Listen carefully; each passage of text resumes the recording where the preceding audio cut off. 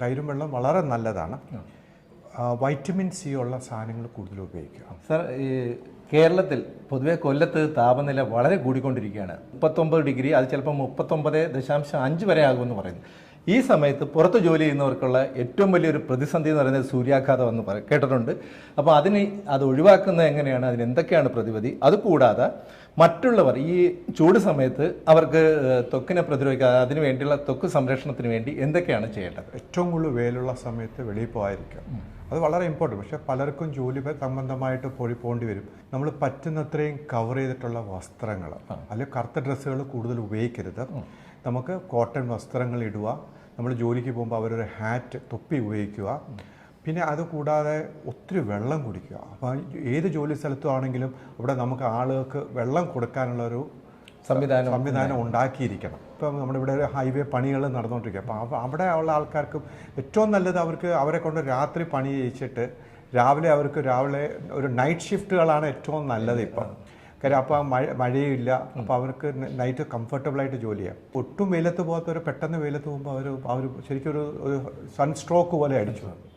അതിന് നമ്മളൊരു നല്ല സൺസ്ക്രീന്, ഒരു മോയ്സ്ചറൈസർ.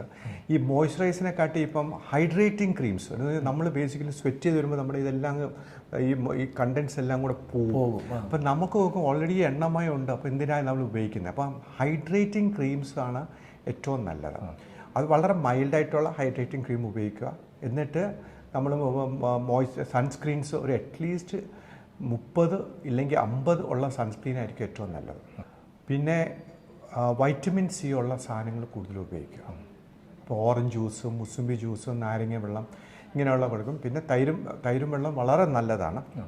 പിന്നെ എവിടെയെങ്കിലും പോകുമ്പോൾ കുട പിടിച്ചു പോവുക.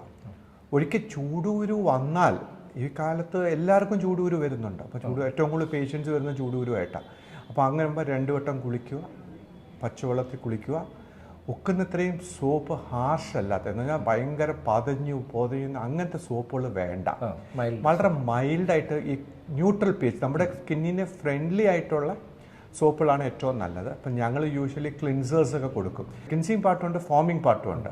അപ്പോൾ ഫോമിങ് പാർട്ട് ആണ് നമ്മൾ പതപ്പിക്കുന്നത്. അവിടെയാണ് ഈ കൂടുതൽ പ്രശ്നം ഉണ്ടാകുന്നത്. അപ്പോൾ കൂടുതലും ക്ലിൻസിങ് ആയിട്ടുള്ള സാധനം, ക്ലിൻസിങ് ലോഷൻസ്, ഈ ന്യൂട്രൽ pH ഉള്ള സോപ്പുകൾ ഇങ്ങനത്തെ ഉപയോഗിക്കുക.